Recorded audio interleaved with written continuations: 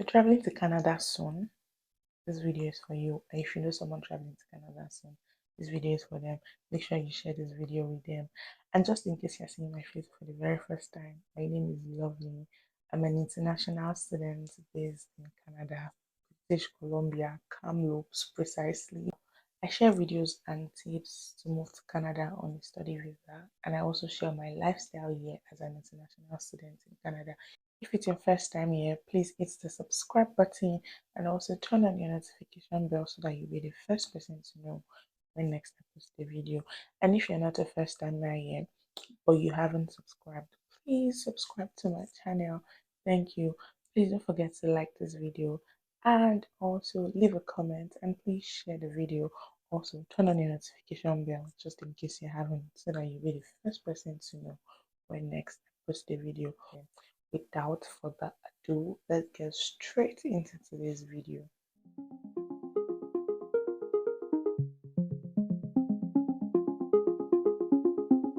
The first thing first that you will need before you travel is your international passport. Obviously, you cannot leave Nigeria or your country to another country without your international passport.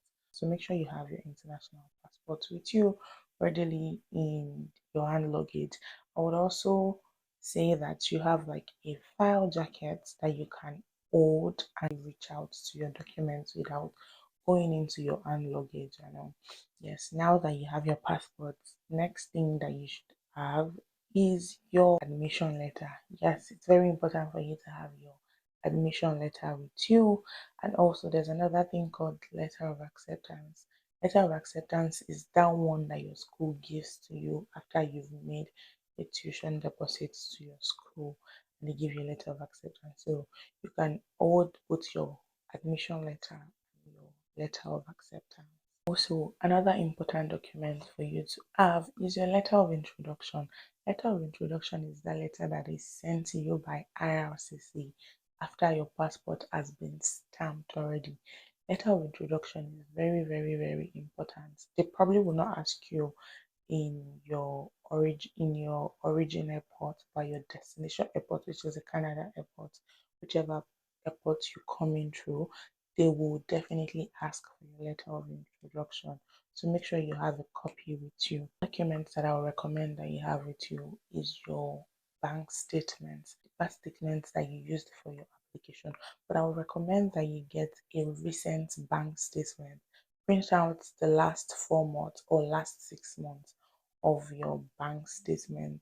It's advisable that you get a recent bank statement because, say, for example, you put in your application like 6 months ago and you're just traveling now.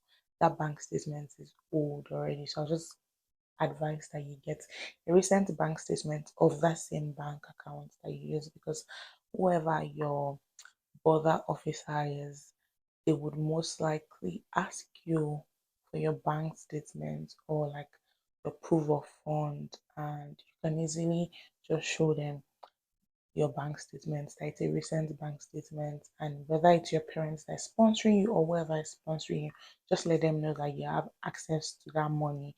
And if you're the one sponsoring yourself and you have the money in your bank account, I would recommend that you have your bank app easily accessible on your phone. You have your bank app on your phone, and you can easily log into your bank app and show whoever it is that whoever the officer attending to you is, and show them your bank balance on your bank app.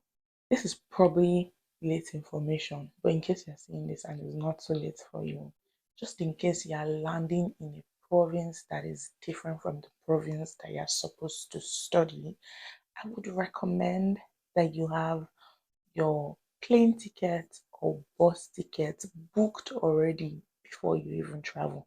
So, say for example, your school is in British Columbia and your point of entry is going to be in Toronto.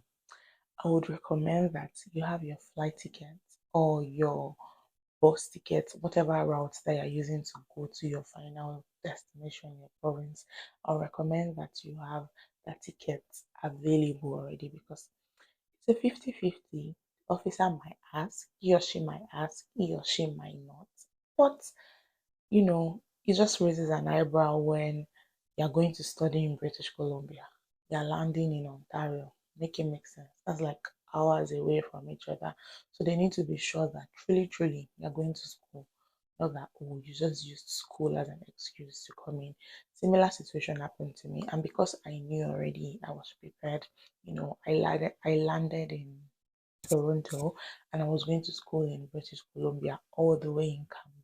So when the visa officer saw that, oh, I'm schooling in British Columbia and landed in Toronto, he asked why I decided to land in Toronto, and I just told him that, oh, that my accommodation in British Columbia was still in process and I didn't have someone to stay with yet in British Columbia, and I have like a relative here in Ontario that I can stay with pending the time my accommodation is sorted. While I was explaining that, before he even asked whether I had a ticket, I just told him already that, oh, I have my flight and my bus tickets booked already to my final destination. And he was like, oh, can he see? So I brought everything out and I showed it to him, and he said, oh, good, makes sense. And that's it. So just to be on the safe side, to avoid any eyebrows being raised or any doubt about your traveling down to Canada, make sure you have all of that in check. Another thing that you should know that they will probably ask you is, where are you going to? Know the name of your province, know the name of your town. They would ask you why you are in Canada. You are here to study and study alone. Just say that you are here to study for the duration of 2 years or 1 year, that you're just in Canada to study. They would most likely ask you the name of your school. Make sure you know the name of your school and know where your school is located. All these things are maybe or maybe not. It's not 100% guaranteed that they would ask you all of these questions, but make sure that you answer all your questions correctly and be bold. Don't try not to stutter, try not to look unsure of what you're saying. Make sure that you have like this confidence. Make sure that you're confident and you're calm, you're bold, and answer all your questions correctly and well. Another thing that I would say is make sure you declare everything that you're carrying. If there's anything in your bag that you feel like should be declared, make sure you declare them. Another thing that I would advise is, for your hand luggage, make sure you use a box, a suitcase that has wheels. Don't make the mistake of carrying a traveling bag, because suitcases with wheels are just easy for you to drag along with you instead of carrying a traveling bag that you're struggling to pull, adjust, and all. I don't know, depending on your kind of layover, or depending on how stressful or how easy layovers are, that's going to be depending on your airline. But say, for example, if you are flying Ethiopia Airline and you're watching this, Ethiopia Airline layovers are usually swift and fast. Like, it's just 2 hours, and you're going to spend that 2 hours doing all the checking in, and it can be really stressful. So when I came into Canada, I came in with Ethiopia Airline, and for my hand luggage, I carried a traveling bag. That's actually one of the greatest mistakes that I made in my life. Like, it was so stressful because the layover was just for 2 hours. And we spent the entire layover checking in, doing all the check-ins and all of that. I can categorically say that the moment I got off the plane, I did not sit again till I got in on the next plane to Canada. So imagine you in a very long queue, you're trying to move. When you move small, you will move the bag. At some point, I had to start using my legs to like move the bag because I was just tired. So I would recommend that you use a box, a suitcase that has wheels. Make sure it has wheels that you can just drag along with you. Another thing that I would recommend as a tip is, when you're traveling, make sure that you use a strong traveling bag or a suitcase or box. Make sure that whatever you're using to travel is strong enough and can handle the recklessness of how those flight guys handle bags and luggages, because you don't want a situation whereby you land and you try to go and pick up your boxes, your luggages, and you realize that everything has been ripped parts. That's how careless and reckless they can be.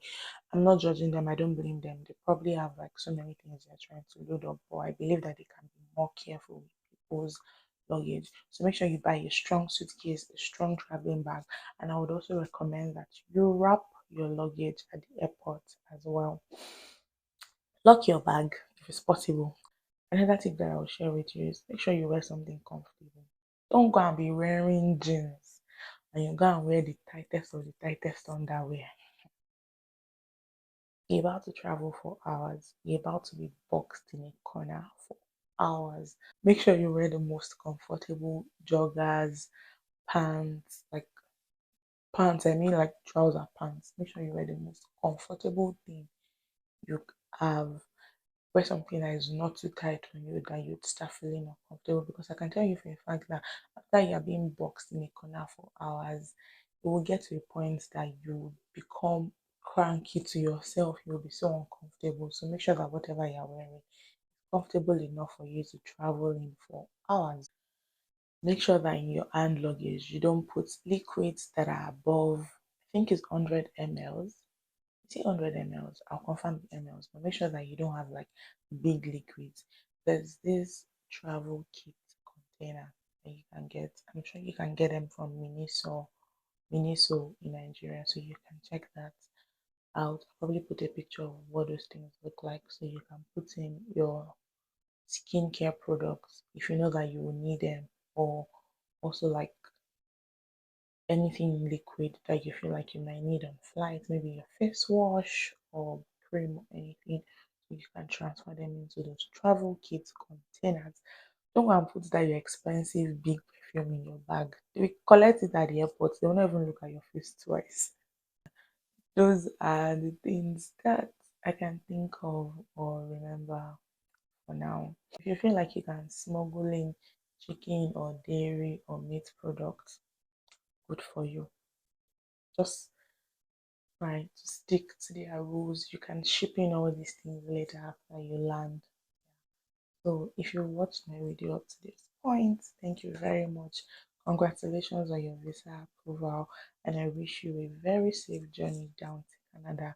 And I hope that the land of Canada favors you as you step your foot into Canada. You shall not regret traveling all the way. I've said it before in a video. It's a step, it's a process, it's gradual. Everything is not all the good things will not happen overnight all at once as soon as you land. Make sure you take your time. Don't be too hard on yourself. Just try to be happy. I'm going to feel a little bit of, homesick for a while, but it definitely gets better as time goes on. And in the process of wanting for job and working and all of that, always remember that the primary reason you're here is to study. Do not let work affect your study. Yes, that's all I have to tell you today. And please give this video a thumbs up if you watched this video up to this point. And don't forget to subscribe to my channel. Thank you and have a good day. Bye.